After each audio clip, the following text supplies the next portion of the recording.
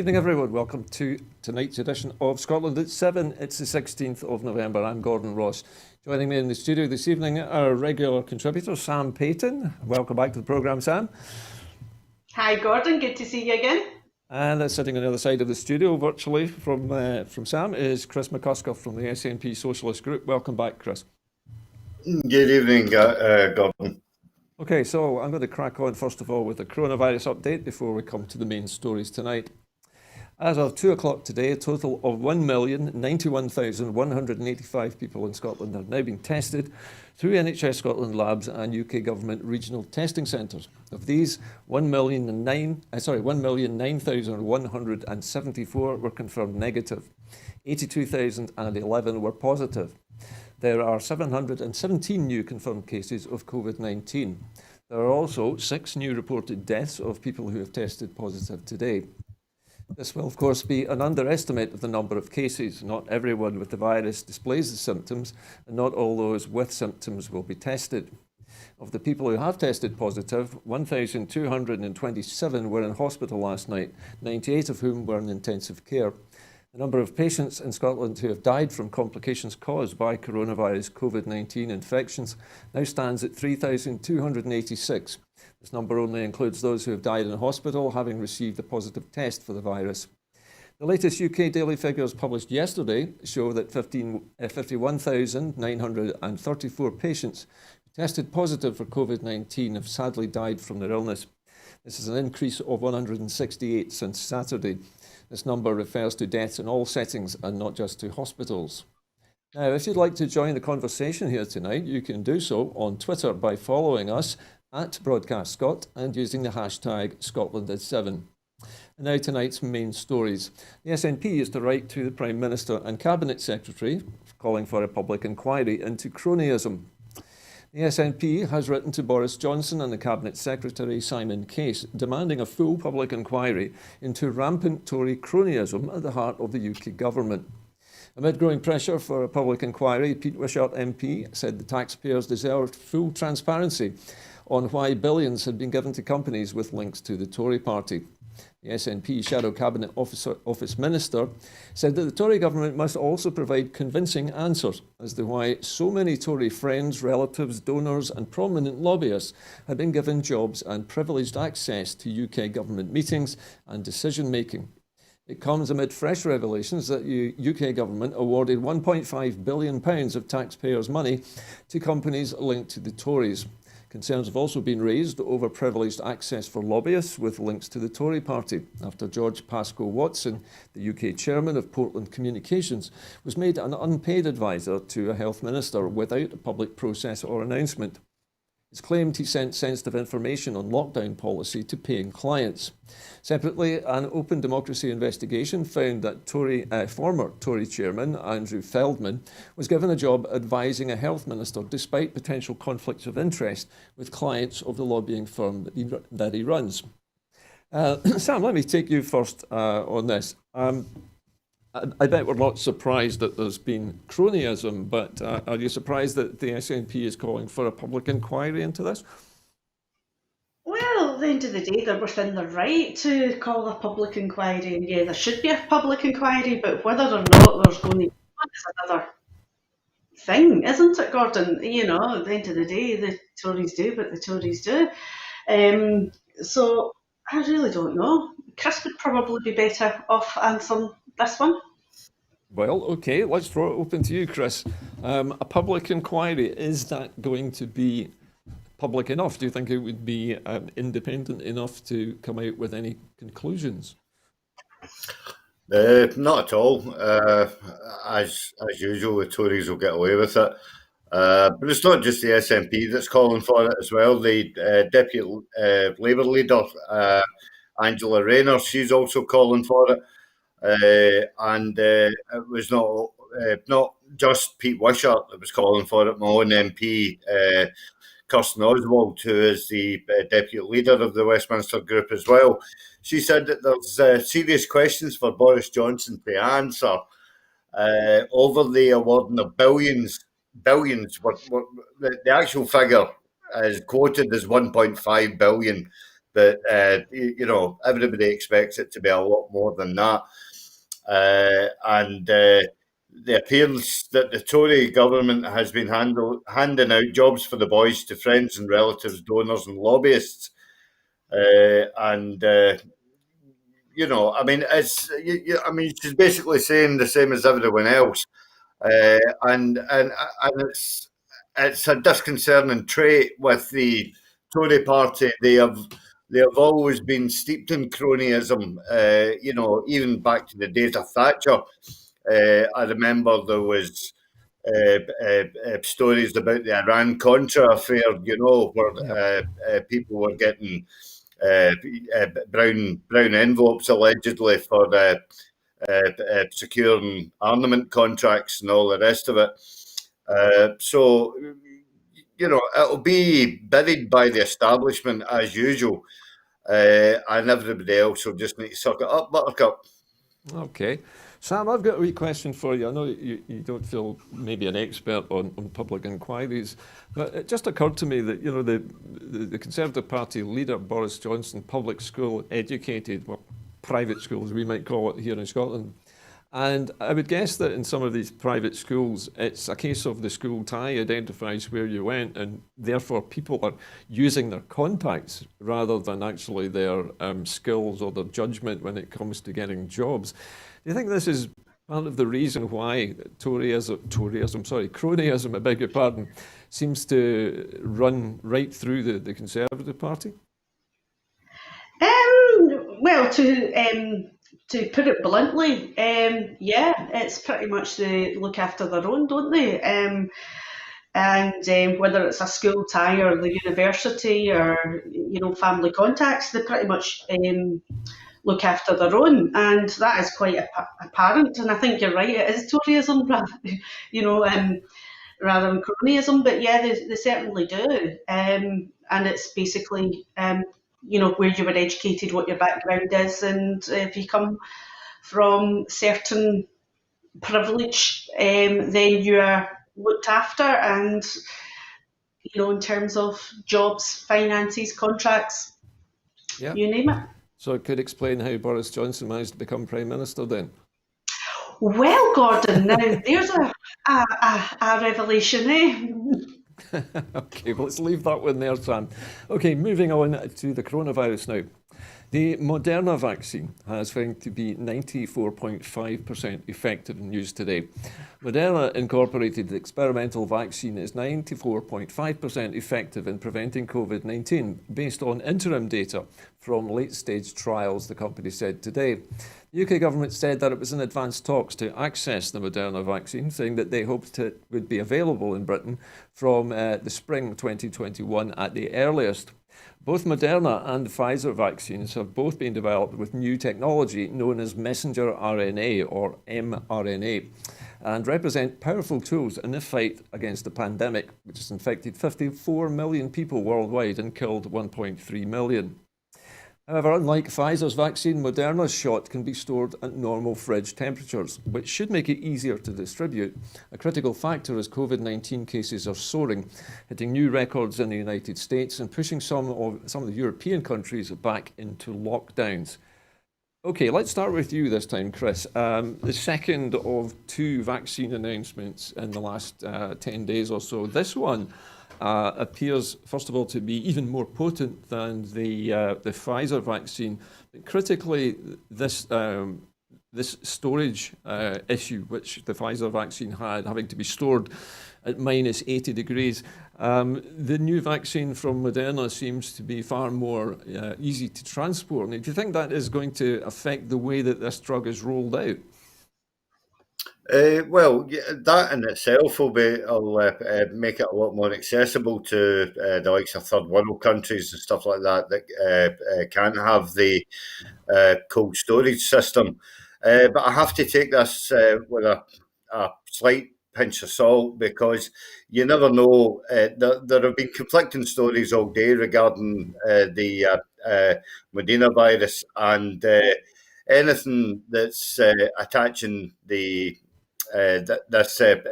vaccine. When you hear the words of Matt Hancock, then you sort of like, go, right, well, okay, I need to read into this a wee bit. There was one story reported in the European, I believe, that the EU had actually bought up all the stocks that Medina had to offer.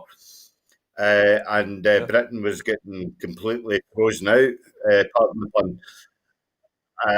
But now it's saying that Matt Hancock has ordered enough for 2.5 million people, which is a drop in the ocean considering how many people are on the island of Britain. But that's neither here nor there. The daily average of cases in the UK at the moment is currently running at 25,000 odd, and that's slightly up 3,000 from the previous week.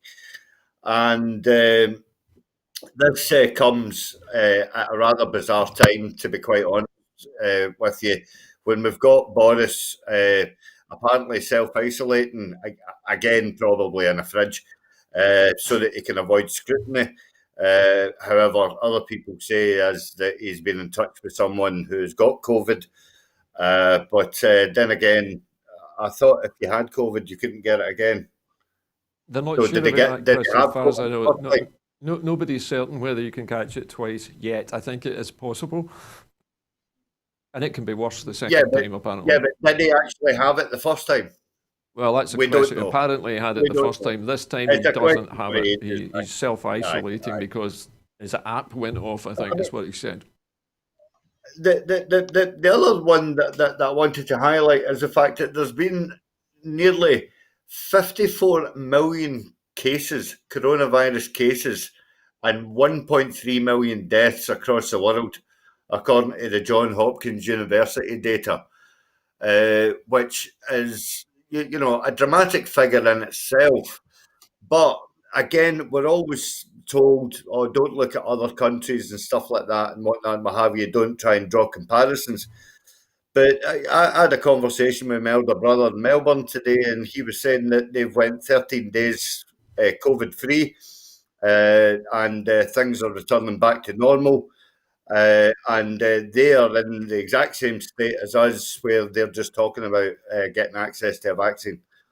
But they seem to have it much more in control. And what I'm trying to point out is that not every model for every country is going to work. No, agreed. I think that's been established. Yeah. The other thing, Chris, I suppose, is that Australia got the virus much later, I think, than many other parts of the world because they were more isolated to begin with. Well, yeah, and I think we'll probably go on to talk about Italy in a minute. Where they were one of the first to get hit, got it relatively under control quickly, and then it shot back up again. So that's what I'm saying. The fact that when you're drawing comparisons, you need to be careful exactly what comparison that you're drawing on. Okay, Chris. Well, listen, thanks for that. Sam, what's your reaction to this? I mean, the COVID vaccines obviously are going to be a powerful tool, and as Chris says, having a room temperature type vaccine is going to make this a lot easier to roll out in the warmer climates in places like North Africa or some parts of the Far East. From what Matt Hancock was saying, and I watched with interest what his comments were, he seemed to be saying that the vaccine was still, it's not quite there yet. And they seem to be sort of saying that, don't expect it immediately. We're talking about next spring. Do you think next spring is soon enough? Well, going back to the kind of vaccine, basically the new technology that's been used synthesizes the RNA, so it's not an actual the live virus, I'm led to believe, that's been used to make the vaccine. It's been synthesized in the lab. There we go, got that one out. So what they're finding is, because this is a new technology, what they're expecting is more companies to be basically coming through with vaccines. that are potentially going to be able to be used. I mean, at the moment, we're still very early days. I mean, Pfizer and Medina are very much still early Yeah. days yet, but and but it's all a step in the right direction, and that's the thing. It's a step in the right direction, and that's what we need to remember. It's not the fact. I mean, we could be sitting here right now saying there's absolutely nothing and nobody's finding anything. There's no work going on, but the fact that we have now got 2 possible vaccines with possibly others waiting as well in labs. I think we've got to take the kind of hope from that. When it's going to be distributed, nobody can tell at this moment in time. Nobody can tell, because all the safety data has got to be scrutinised from the trials before it can go into the general population.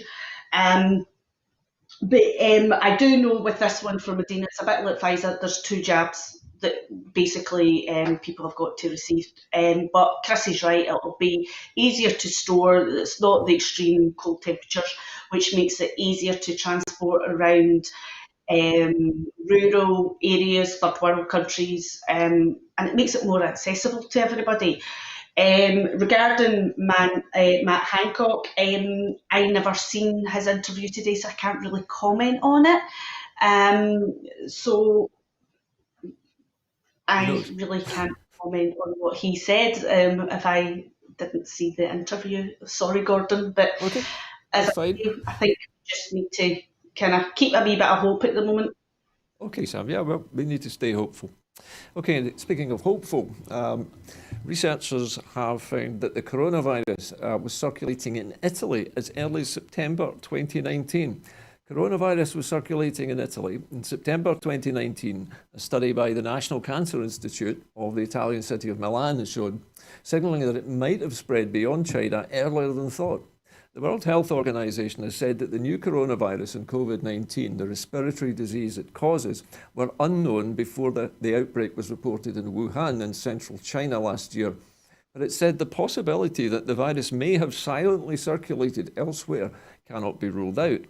The Italian researchers' findings show that 11.6% of 959 healthy volunteers enrolled in a lung cancer screening trial between September 2019 and March 2020 had developed coronavirus antibodies well before February. A further SARS-CoV-2 antibodies test was carried out by the University of Siena for the same research, titled Unexpected Detection of SARS-CoV-2 Antibodies in the Pre-Pandemic Period in Italy. And it showed that 4 cases dating back to the first week of October were positive for antibodies, meaning that they had got infected in September. Now, Chris, this sounds remarkable, that the disease that we had assumed emanated from mainland China appears to have been circulating in Italy undetected before it was widely known about. I'm wondering, Chris, I mean, I know that you work in the air transport industry. Is it possible that somebody flying from China may have brought this to Italy without even knowing it? Well, there's every possibility that might have occurred. However, we can't rule it in and we can't rule it out. It's one of those ones where you could possibly say that if it did, if it was transmitted in some form of travel, it's not just related to air travel. It could be by boat. It could have been done on mainstream transport. People do drive across borders and stuff like that. I obviously I'm not an expert on public health. I think we should maybe get Jason Leach in at some point in time one evening, to actually discuss, the finer nuances of how it can travel from sort of like state to state or country to country. But I think we've now gone past the fact of where did it originate from or who gets the blame routine. Do you know, we've just got we have got it, and it's one of those unfortunate things that we just have to live through in order to sort of like see it out and carry on with life, as best we can. I mean, I don't think back in the 1900s when the Black Plague was ringing about that they were sort of like too worried about where it actually, Yeah. originated from. So I wouldn't like to. I wouldn't like I've got a great affiliation with Italy as a country. I wouldn't like to slag them down, Okay. stuff like that. And by any stretch of the imagination, whether it is Italy, whether it's Spain, Yeah. or whether it's Tokyo, it doesn't really matter. Okay. At the end of the day, we've got it, and we just have to deal with it. You know what I mean? Okay, Chris. Well, thank you for that. Now we're going to make up a little bit of time, and our next story is a bit of good news for a change, and a deal to export Scottish renewable energy to England. Three of Britain's largest energy companies have agreed to build a giant underwater to build giant underwater power cables to bring Scotland's vast reserves of renewable energy to millions of homes in England. The multi-billion-pound energy superhighway to be built by Scottish Power, National Grid and SSE could produce enough offshore wind energy to power every home in England by 2030. The so-called Eastern Link will run from two separate points in Scotland, Peterhead and Torness, for more than 270 miles along the east coast of Scotland to Selby and Hawthorne Point in the north of England. Wow. Sam, let me come to you on this one first because we were a little bit short of time in the last item. This is great news, isn't it? The idea that Scotland, with its enormous renewable resources, will soon be able to export far more of it to our neighbours in the south. Well, there you go, Gordon. There's another good news story coming from Scotland, and once again, it throws that on the fire about how Scotland's too small and too poor and couldn't survive on their own. And there you go, we're going to be building huge cables down to England and supplying, I believe, quite a lot of the homes by 2030 down in England. All of them, according to this, Sam. The majority of homes in England by 2030. So I think once again this shows that England need Scotland to be part of the UK Union rather than Scotland needing England to be part of the UK Union. So, but it would be interesting to see what Scotland's going to be gaining out of this That's a good in question. terms of financial. Sorry to come down to the kind of capitalism here, but at the end of the day, it's our resources, and we have got a right to be charging England for this But source. unfortunately, And Sam, we can't charge them. It's the companies who are going to own the electricity that they generate from our wind, however, unfortunately. if you're independent, Gordon, Yeah. I'm sure. Well, if we were independent, and I guess our neighbours in the south, Sam, will have to be a lot nicer to us. Oh, yes, they would. Yeah, they'll have to pay their bills or the lights might go out. They certainly would, and that's the thing, because at the end of the day, they're going to become reliant on Scotland for their energy. There's an interesting point. Chris, do you want to make a brief response to this? What do you think? Imagine that, the whole of England being reliant on Scotland to keep the lights on. Well, I can't really be brief, but if you add exactly what renewable energy that we do send, which is a mixture of hydroelectric, wind power, wave power, tidal power, biogas and aerobic digestion and landfill gas. There's solid biomass as well. There's biodiesel. Listen, what Scotland is capable of producing, England will constantly rape and pillage and plunder Scotland's renewable sector because they have already raped, pillaged, and plundered the oil sector. So they've got to find something else in order to hang on to us. But Sam makes a point of the fact that if we are too wee, too stupid, and too poor, and if we don't contribute anything, according to the narrative of many an English national who says that Westminster subsidises Scotland, well, if that's been the case, cut us loose and let us make our own way in the world. Okay, Chris, thanks for that. Okay, we're going to move on now to Brexit talks. And the Brexit talks need a major breakthrough to avert a no deal. The Brexit negotiations on a trade deal resume in a crucial week as it emerged that talks on the issue of EU access to British fishing waters have not progressed since the summer.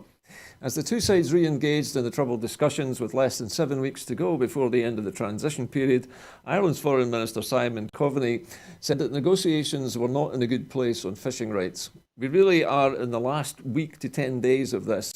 If there's not a major breakthrough over the next week to 10 days, then I think we really are in trouble, and the focus will shift to preparing for a no-trade deal and all the disruption that that brings.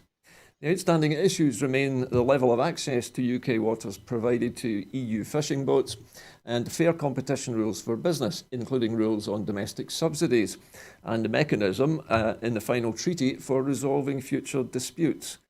Sam, to you first. Now, we know that the Brexit talks keep reaching these critical moments, but we're running out of critical moments, aren't we? There is only literally one more week of time before they have to decide something, and the European Union needs to ratify it before the end of the year. So what do you think? Is it possible that the EU and the United Kingdom can find some kind of agreement?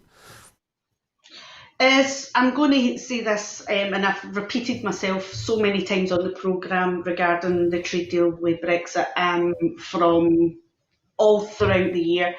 And I apologise to viewers because I'm going to say it again. The UK government are not interested in reaching a deal with the EU. They are, from my own personal opinion, they are playing the game. They are playing the theatrics to try and look as if they're interested, but that really in reality they are not interested.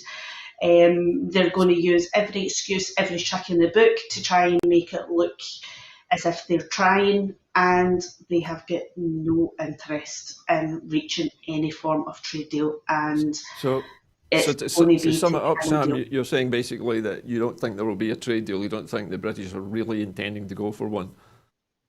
I don't think they will be. If they were intending and going for a trade deal, we wouldn't be at this stage at the moment. Okay. Chris, what's your opinion of this?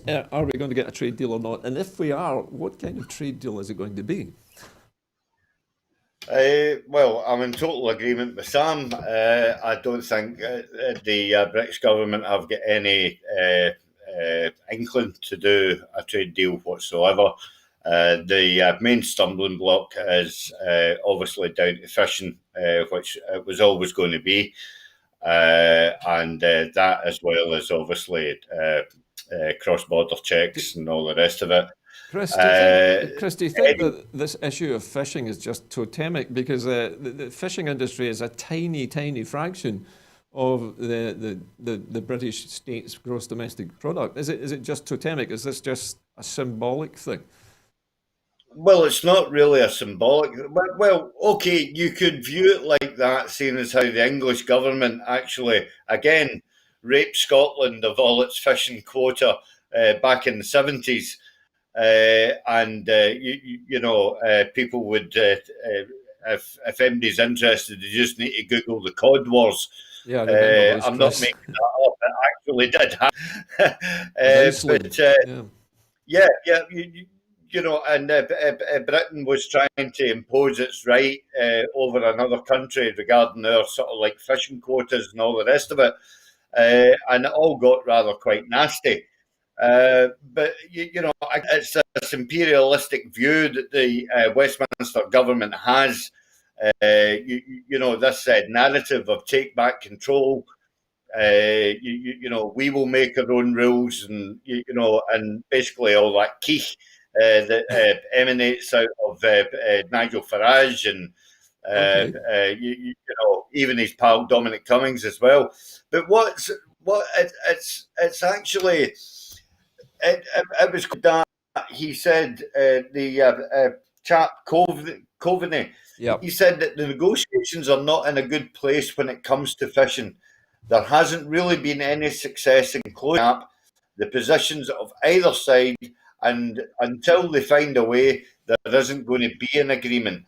Now, if you remember, Theresa May's classic was nothing is agreed until everything's agreed. Yeah. Well, that being the case, if everything's not agreed, then, to use the vernacular of Father Jack, feck all is going to be agreed and Britain will end with no deal whatsoever. Well, I don't think you can be any more clear than that, Chris. Okay, thanks for that. Now we're sticking with the Brexit subject for our next item.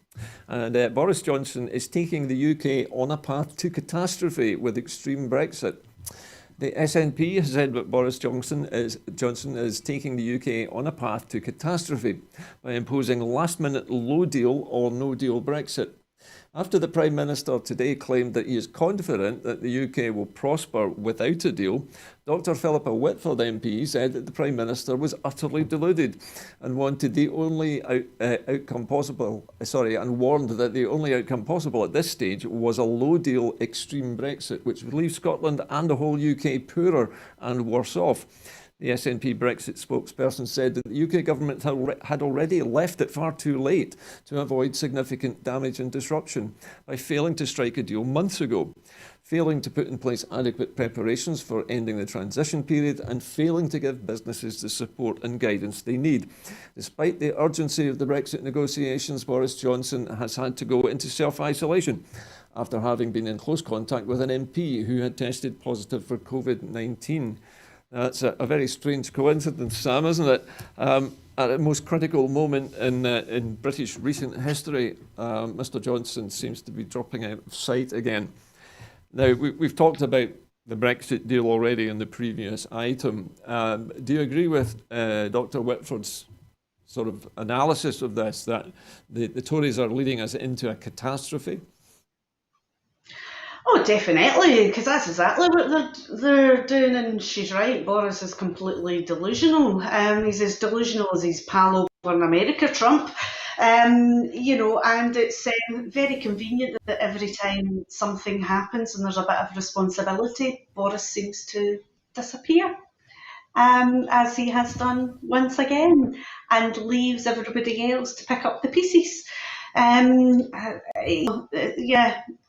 the man is delusional. The quicker we get out of this union of the UK, the better, before we all get dragged down this sinking ship along with Boris's government. Okay, Sam. Chris, do you agree with Sam there? Do you think that we're going to go down with the ship if we stick around much longer? Well, I don't know about going down with the ship, but I'm not entirely disagreeing with Sam's assertion. Sam's 100% correct, is the fact that the man is an absolute lunatic. Just like his friend across the pond, he's a certified loony as well. And he's soon to be put into a straitjacket and carried out, by the feet. But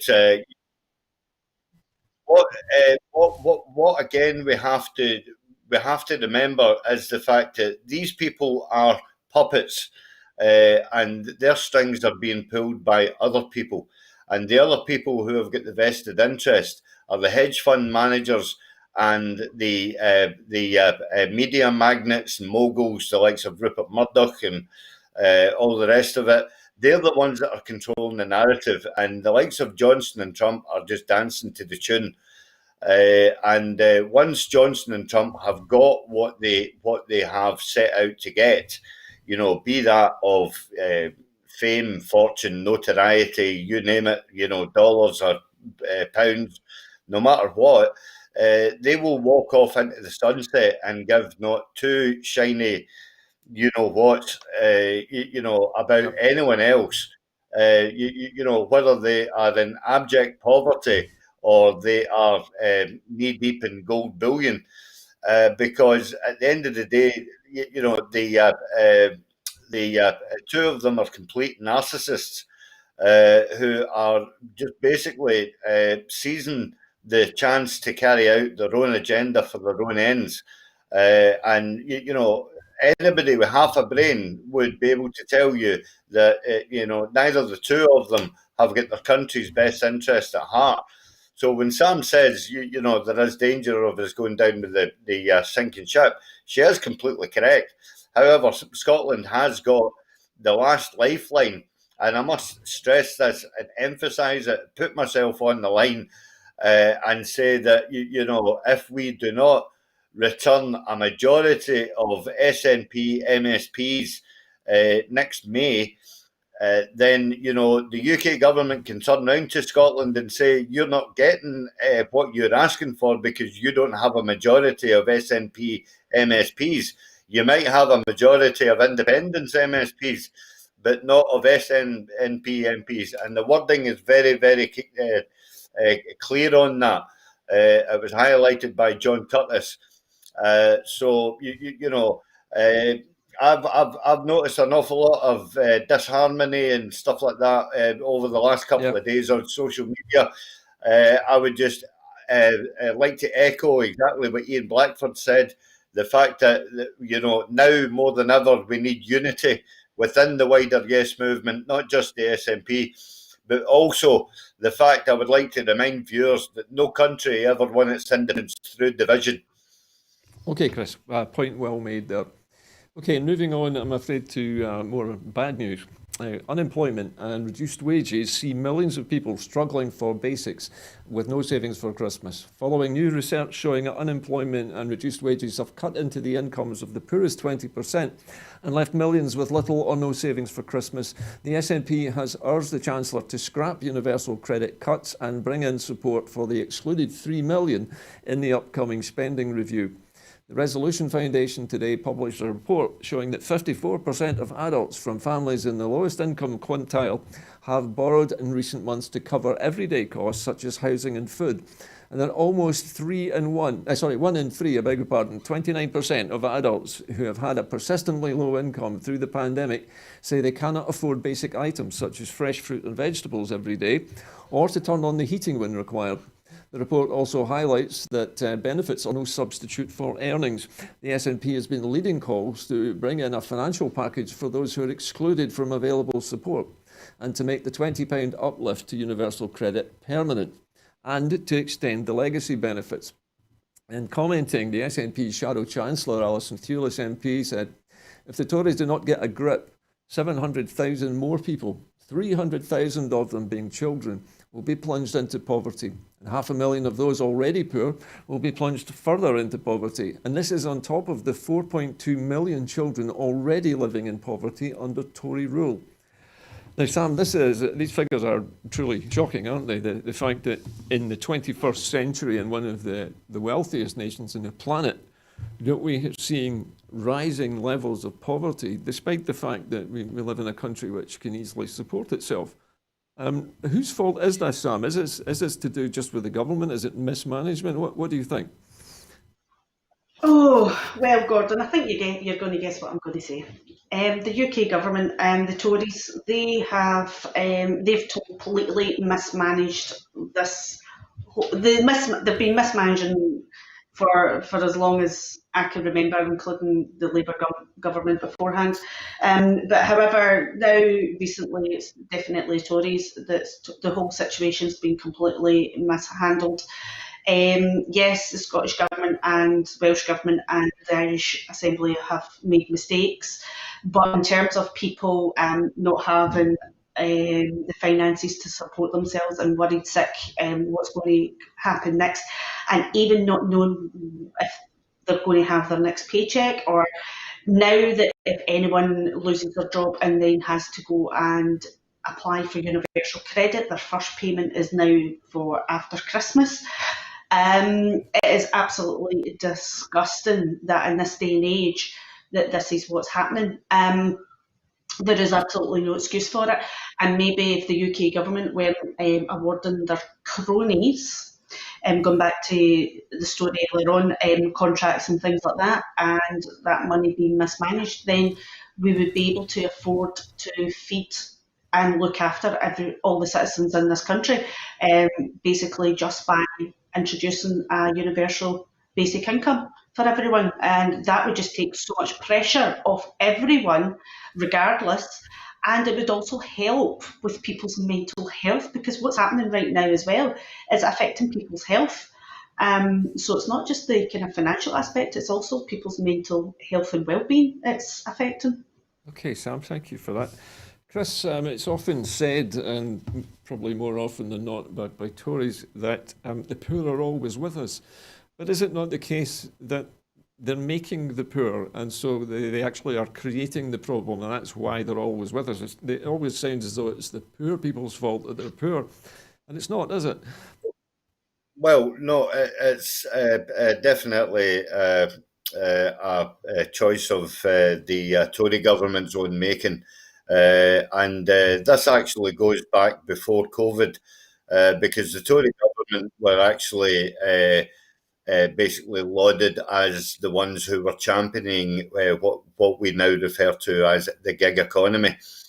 And they seen that as a new sector where it was not subject to trade union law, it was not subject to terms and conditions, it was not subject to the Working Time Directive, and Not health you and know, safety either, Chris, I dare say. no health and safety, no pension, no, not even as much as, So, employers don't have the right to even provide a staff uniform. so Chris, are You you know, saying here that you think the Tories have created working poverty almost on purpose? well, of course they have. And even if you look back to the days of Oliver Twist, the Tories were in charge of the workhouses and stuff like that. And they were in charge of, stuffing wains up a chimneys and stuff like that in order to clean them out. And when the gig economy got introduced, an awful lot of people did actually say, when are we actually going to go back to lowering the working age to 14? Such as the approach that the Tory party were taking. But I have to point out, because I've got a vested interest in this.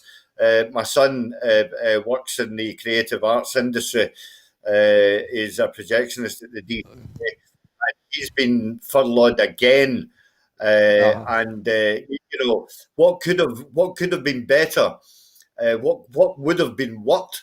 Is if Rishi Sunak introducing the furlough scheme had put a date of the middle of next year, 2021, then that would have worked for everybody. Chris, I'm sorry, I'm going to have to stop you there. We're running a bit short on time. So I'm going to move on to our next story now. Donald Trump is facing growing pressure to start a transition as the COVID virus surges across the United States.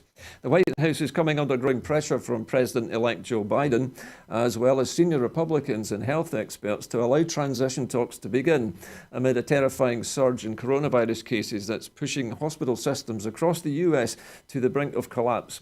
As Donald Trump insisted that he would not concede defeat, despite tweeting that Biden won last week's election. Ron Klain, Biden's chief of staff, said on Sunday it was essential that seamless transition begins quickly, given the severity of the pandemic. He told the NBC's Meet the Press that Biden's COVID advisory panel remains hamstrung from talking to the US government health officials during the White House task force led by Vice President Mike Pence. Under transition rules, rules routinely followed for the past 60 years a letter of ascertainment declaring Biden the winner of the 3rd of November election should now have been issued by the General Services Administration, authorising communication between the outgoing and incoming administrations. But with Trump still refusing to concede as he lies repeatedly on Twitter about a stolen election, no such letter has been produced. Unfortunately, until we get that, the GSA ascertainment that authorises us to contact government officials, we can't have any contacts, Klain said. Sam, very briefly, if you would, does this surprise you that Donald Trump is actually preventing COVID measures being taken by the new administration? No, it doesn't surprise me. If you know anything about narcissists, that's generally the way they behave. Generally, if they don't get their own way, they will not compromise in any shape or form. It's pretty much the same as throwing your toys out of the pram. and that's what he's doing. I don't know how the American law officials or enforcers are, the ones that are going to be forced into a situation of enforcing Trump to concede and for Yeah. Biden then to take over the administration. I don't know how they're going to have to do that. It may be that they need to get a psychological What, a profile or assessment done. something? Yeah. Prove that Yeah, I think they're he's going to not mentally do capable. that. But generally, his behaviour is pretty much, if you know anyone that's a narcissist, Yeah. yeah, it's very similar behaviour, Okay. what he's displaying. What can I say? I mean, none of it surprises me what he's doing at this moment in time. It's a shame for the American people. They're the ones that Yeah. are going to are suffering because of it at the hands of it. Of him literally not accepting reality.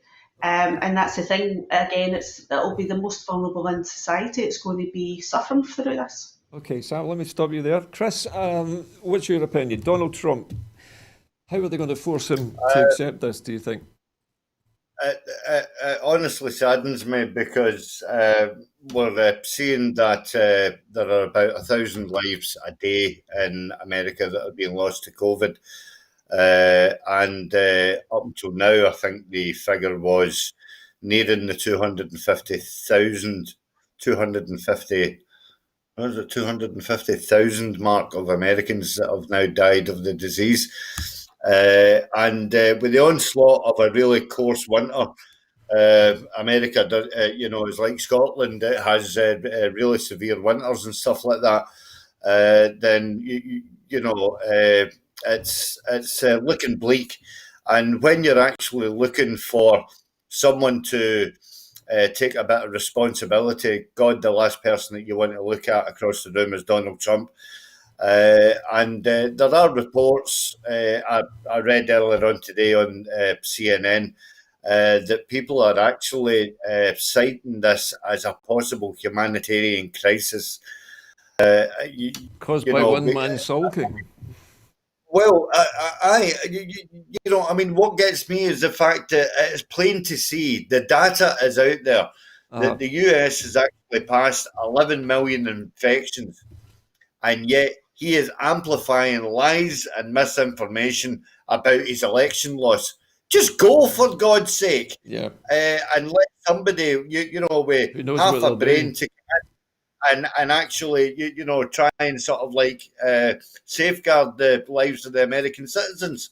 Okay, Chris, I want to stop you there. We're still running just behind time.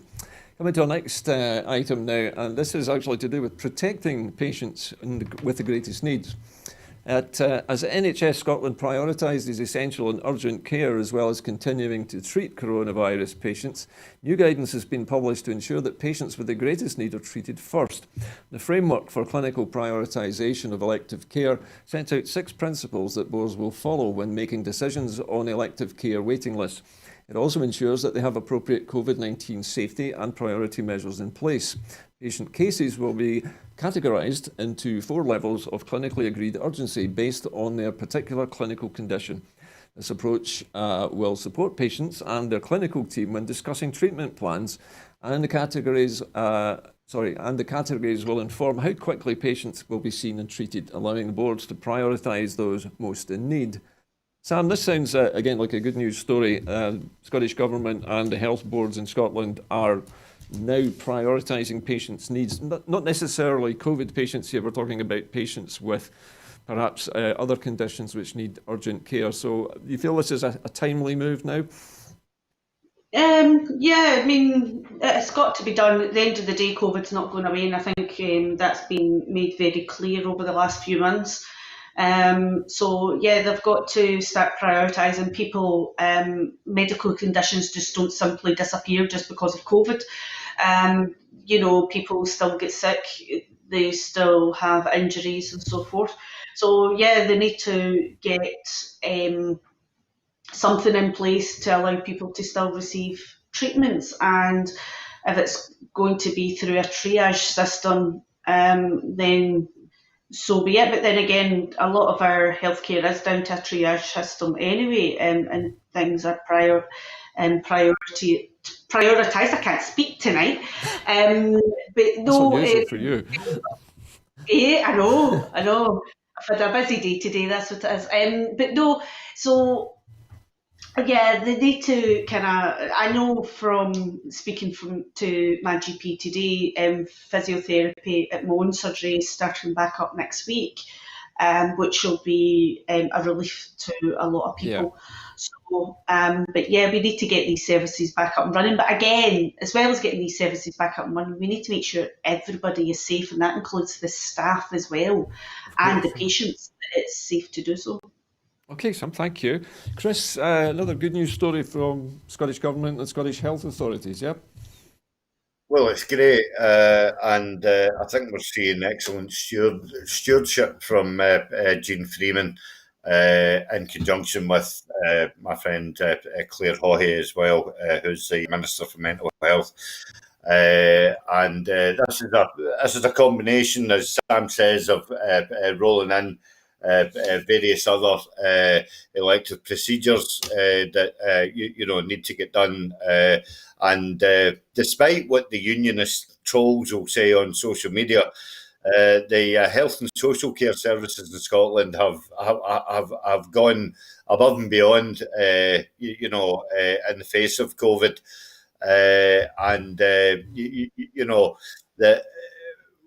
whilst at the moment they're dealing with COVID, but they're also providing essential services, Yeah.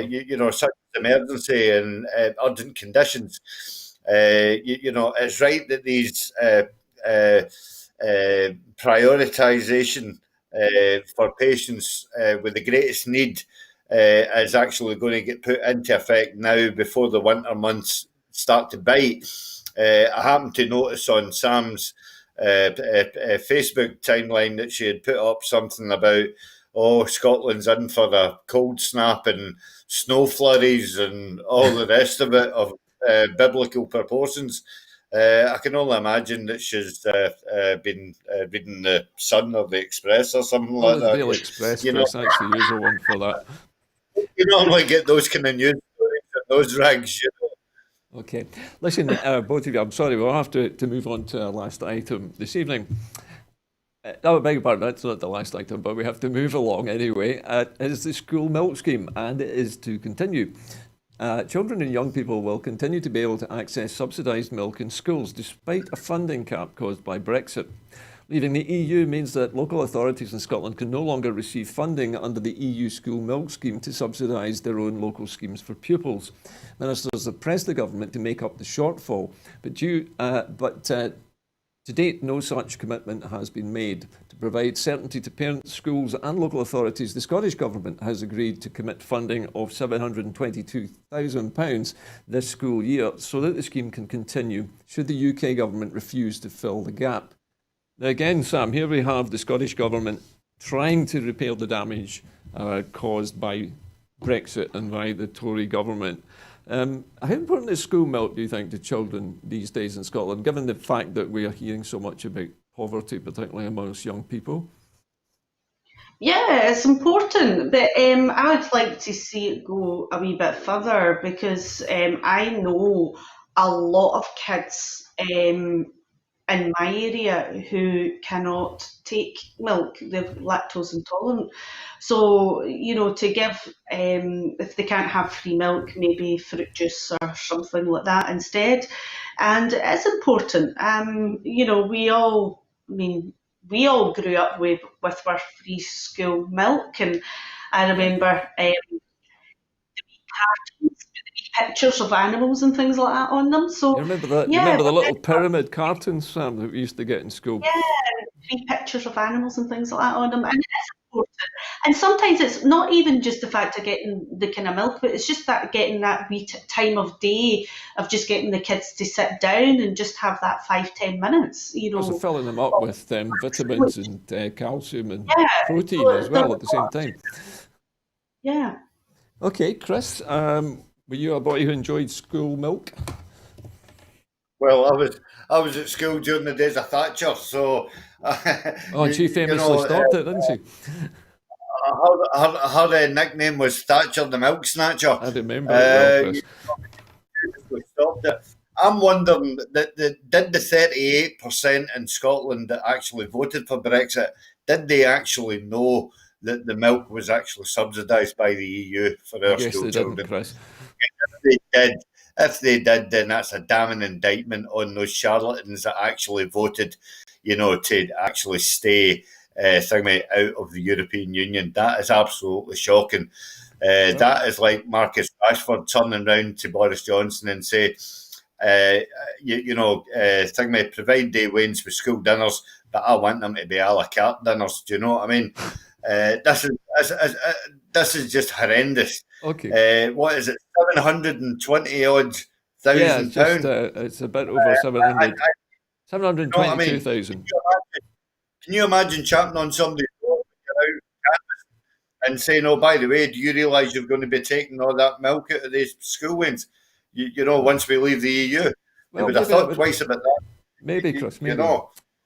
Okay, listen, we're moving on to our final story this evening. And then the UK government is actually considering scrapping the historic Black Watch regiment.